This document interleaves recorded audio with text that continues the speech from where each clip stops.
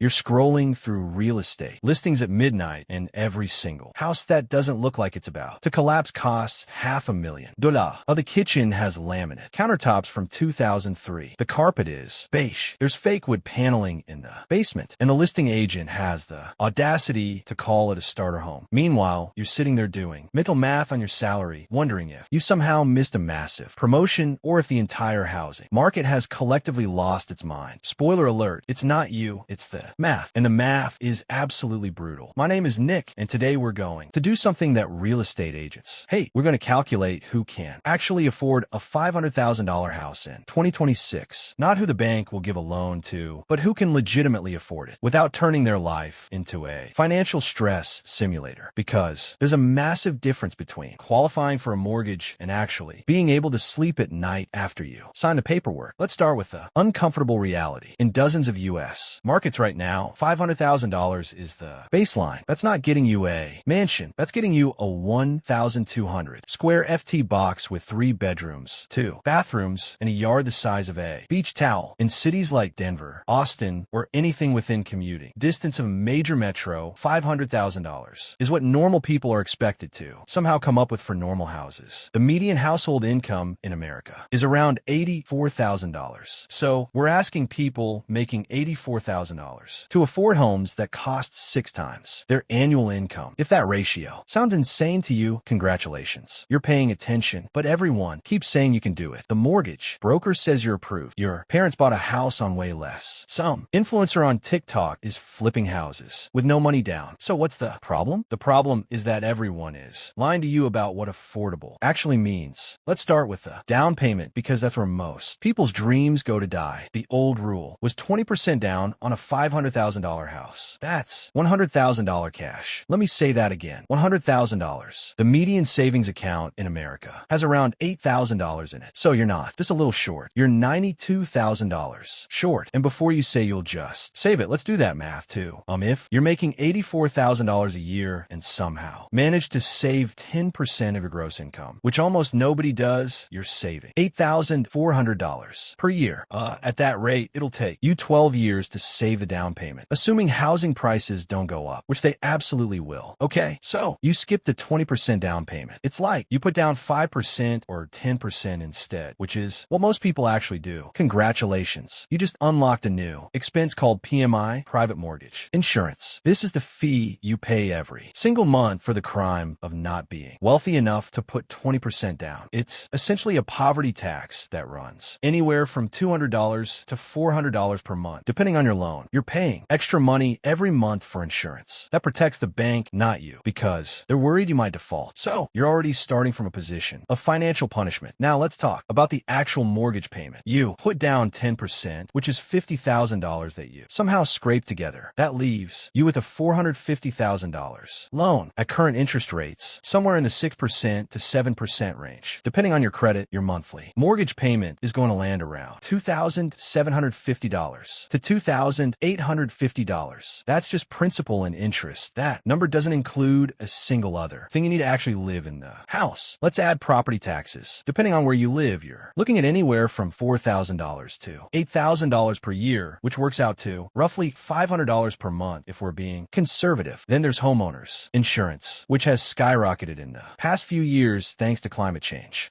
making everything more expensive to insure. You're looking at another $250 to $350 per month, depending on your location, whether your house is in a flood zone, fire zone, or tornado. Then there's maintenance, the thing everyone forgets about until the water heater explodes at 11 p.m. on a Sunday. The general rule is to budget 1% of your home's value per year for maintenance and repairs. On a $500,000 house, that's $5,000 annually, or about $417 per month. And don't forget the PMI we talked about earlier.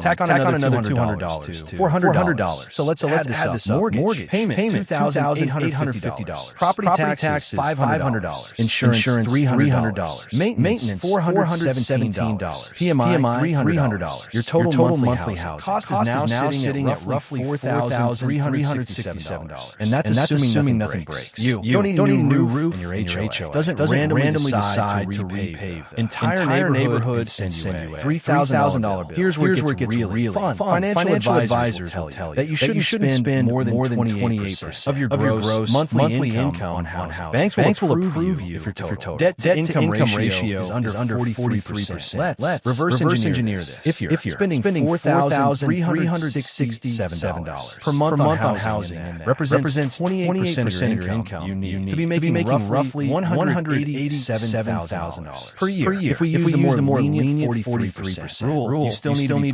pulling in around $150,000 annually. And now we arrive at the punchline. Only about 10% to 20% of U.S. households make $150,000 or more, which means 80% of American households cannot comfortably afford a $500,000 house under any reason. Financial standard. This isn't opinion. This is just math being cruel. But you're thinking people are still buying these houses. Who are these people? Some of them have dual incomes and high-paying fields. Some of them have family money. Some of them are stretching themselves so thin that way. Medical bill or job loss would collapse their entire financial life. Let me show you what that actually looks like. You run the numbers on a real household. Try to make this work. Meet a household we'll call the Johnsons. 2 working professionals pulling in a combined $160,000 a year. That puts them well above the median, solidly in the upper middle class. They should be comfortable, right? Let's watch what happens when they buy that $500,000 house. First, their gross income of $160,000. Sounds impressive until the IRS shows up. After federal taxes, state taxes, FICA, and maybe a modest 401k contribution, they're taking home around $9,500 per month. That's their actual money to live on. Now, subtract that $4,367 monthly housing cost. We calculated. They're left with $5,133 for literally everything else in their lives. 2 car payments because they both need to commute. There goes $800. Car insurance for 2 vehicles. Another $250. Gas because nothing is walkable in suburbia. $300. Student loans because they needed those degrees to get the jobs that qualified them for the mortgage conservatively. $600. Health insurance premiums that their employers don't fully cover. $400. Groceries for a family that's trying to eat reasonably healthy. $800 if they're careful. Utilities for that bigger house. Electricity, water, gas, internet, phones. $450. We're now at $1,533 remaining, and we haven't touched clothing, entertainment, kids, activities, car repairs, medical, copays, or the psychological need to occasionally leave the house and pretend you have a life. Oh, in savings, emergency fund, retirement beyond that. Modest 401k. Good luck. This household is spending 46% of their take-home pay on housing, not 28%, not even 35%, nearly half. And these aren't irresponsible people. They're not buying jet skis or taking European vacations. They're just trying to live in a house that the market tells them is normal. Here's what that actually feels like. Day to day, it feels like checking your bank account before buying groceries. It feels like saying no to your kids' field trip because that $35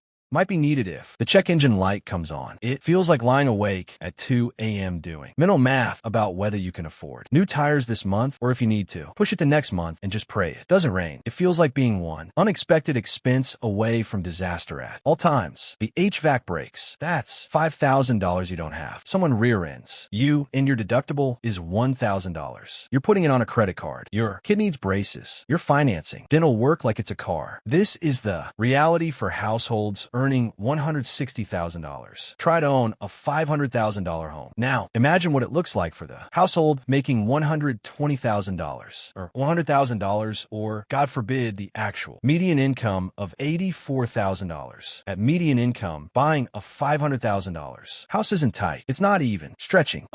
It's financial fantasy. It's mathematically impossible without either massive external help or accepting a level of risk that would make a skydiver nervous. But here's what makes this truly insidious. The housing market doesn't care about these numbers. Sellers list homes at $500,000 because that's what comparable houses sold for. Banks approve buyers at 43%. Debt to income because technically the loan won't default immediately. Real estate agents encourage buyers to stretch because their commission depends on closing the deal. Nobody in the transaction has an incentive to tell you that you're about to financially drown yourself. The system is designed to get you into the house, not to insure you, can comfortably afford it long term. And once you're in, once you've signed those papers and moved your furniture, you're trapped. You can't just decide 6 months later that this was a mistake and walk away without destroying your credit and losing your down payment. So people stay. They stay in homes they can't afford, working jobs they hate because they can't risk any income disruption, slowly watching their savings evaporate, wondering why they feel so stressed when they're supposedly living the American dream. Let me tell you what the harsh truth sounds like. For probably 70% to 80% of American households, a $500,000 home is not affordable, not sustainably, not without accepting a level of financial precariousness that would have been considered reckless a generation ago. This isn't about personal failure. This isn't about not working hard enough or not being financially savvy. This is about a housing market that has completely disconnected from income reality. Home prices have increased roughly 400% since 1990. Median household income up about 180% in the same period. The math doesn't work. It cannot work. It will not work. And yet, we keep pretending it does. We keep telling people that home ownership is essential for building wealth, which technically is true, but ignores the part where you have to survive the mortgage first. We keep perpetuating the myth that if you just budget better, skip the avocado toast, and work aside, hustle, you can make it happen. But you can't budget your way out of a structural affordability crisis. You can't side hustle your way into a down payment when rent is eating 40% of your income. You can't manifest a lower interest rate through positive thinking. What you can do is understand the actual numbers so you can make an informed decision. Maybe that decision is to keep renting and invest the difference. Maybe it's to look at a $350,000 house instead, even if it means a longer commute or a smaller yard. Maybe it's to acknowledge that home ownership in your current market simply isn't viable right now. And that's okay, because here's what nobody tells you. There's no prize for buying a house you can't afford. There is no trophy for being house poor. The stress of barely making your mortgage payment every month will erase any pride you felt the day you got the keys. The real question isn't whether you can technically get approved for a $500,000. The real question is whether owning that house will actually improve your life or just transfer your money to a bank while you stress about property taxes. And for most people, when you run the honest numbers, the answer becomes uncomfortably clear. So what does this mean for you practically? Let's be direct. If you're looking at a $500,000 house right now in your household, income is anywhere south of $140,000. You need to stop. Just stop. You're about to make a financial decision that will dominate and potentially ruin the next decade of your life. I don't care what the mortgage broker says you're approved for. I don't care what your real estate agent says is normal in your market. I don't care that your friend somehow made it work. The numbers are the numbers, and they don't care about your feelings or your Instagram ready kitchen dreams. Let's talk about what happens when you ignore this advice, because plenty of people do. You stretch. You convince yourself it'll be fine. Maybe you're betting on a future raise that hasn't materialized yet. Maybe you're planning to pick up freelance work on weekends. Maybe you're just really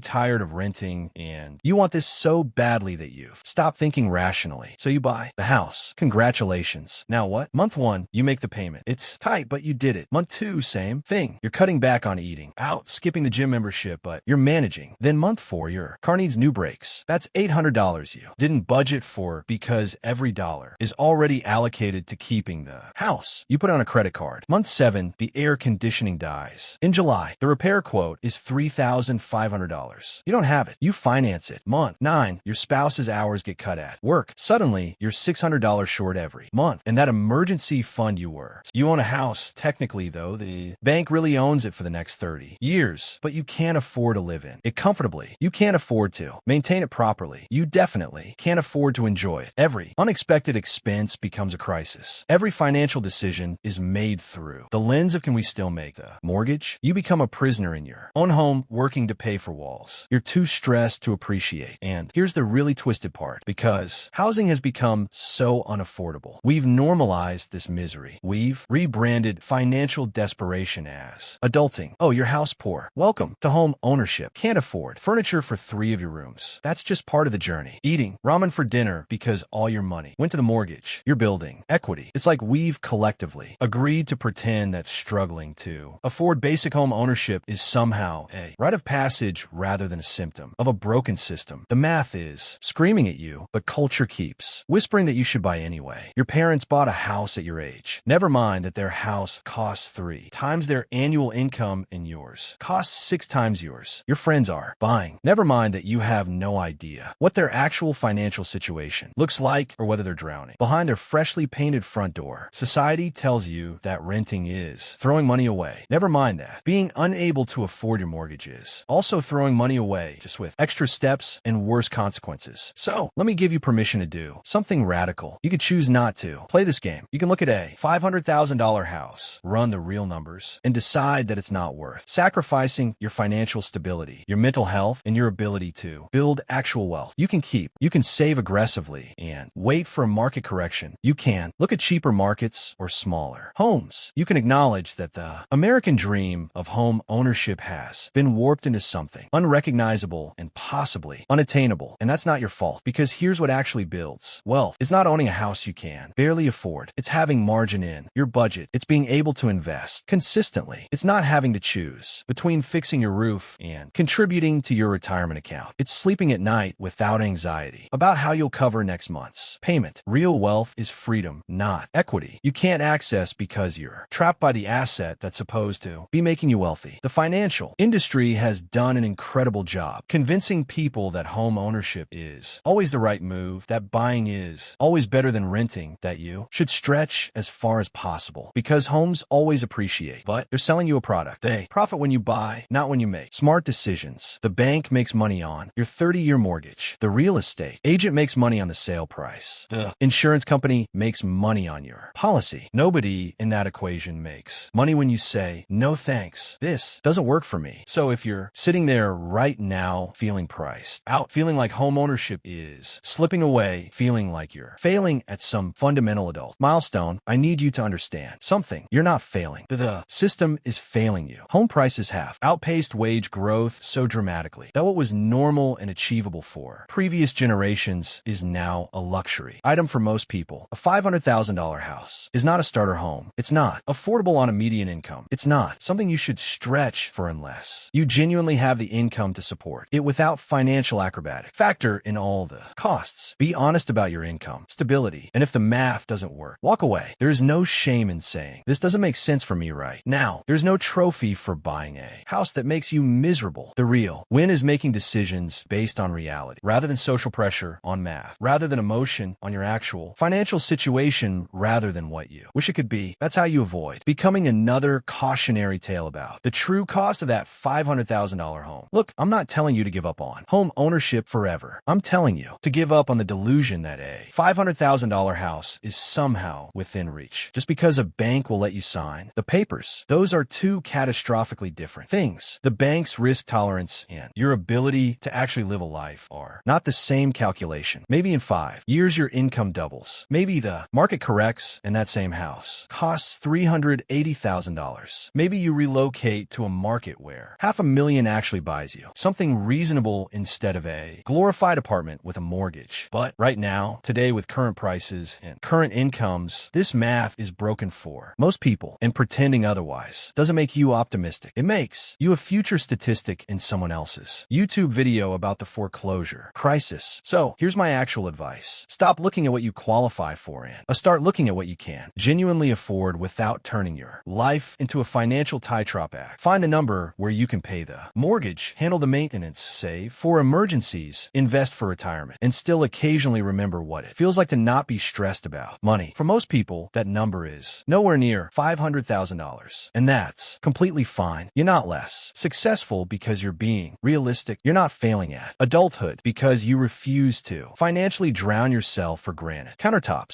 You're just doing math that apparently nobody else wants to do. The housing market will keep pretending these prices make sense. Banks will keep approving loans that shouldn't exist. Real estate agents will keep telling you it's a great time to buy, but you don't have to participate in collective financial insanity just because everyone else is. Sometimes the smartest move is recognizing when the game is rigged and choosing not to play.